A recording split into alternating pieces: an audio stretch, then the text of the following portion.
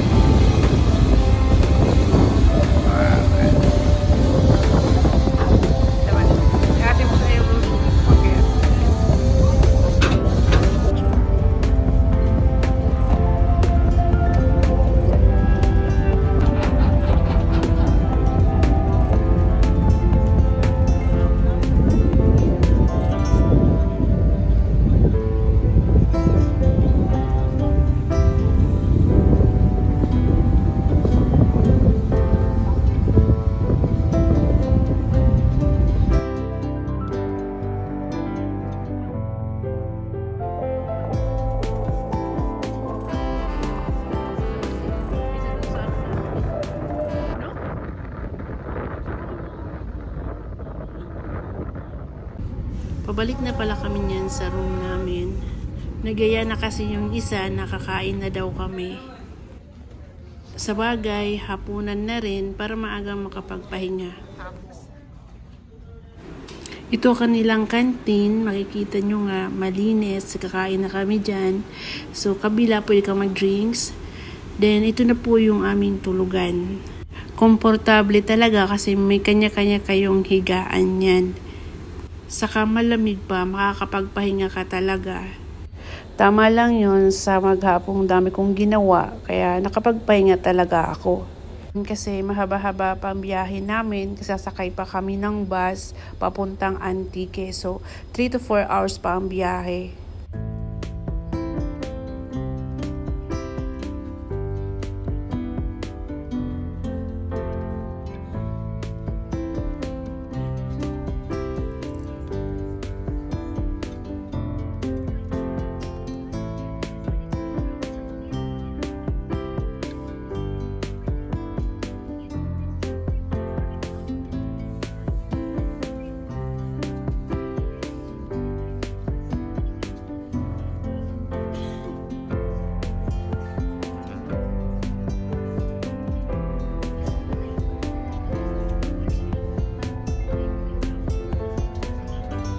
$4 AM na yan, kaya niyaya ko si ate na mag-almusal na kami. So, walang katao-tao guys sa kantin. So, lumabas kami. So, maganda yung alon.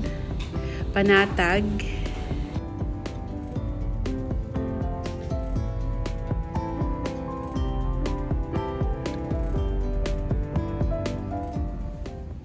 Niyaya ko na rin si kuya na mag-coffee, kaya lang hindi ko alam kung anong treat niya kasi iced coffee yung napili niya ang aga-aga.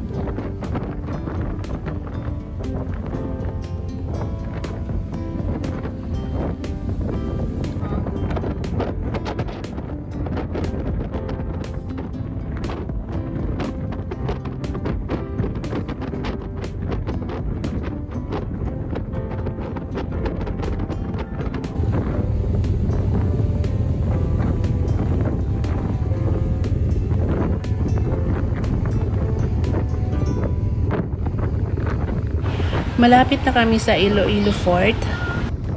7 AM, nakarating na kami ng Iloilo Fort. So, hindi na ako nakapag-vlog kasi may mga bit-bit ako. Mahirap nga mag-vlog na may dala. So, sumakay na kami ng taxi papuntang terminal. Ceres Terminal, papuntang Antique. So, grabe kapoy guys.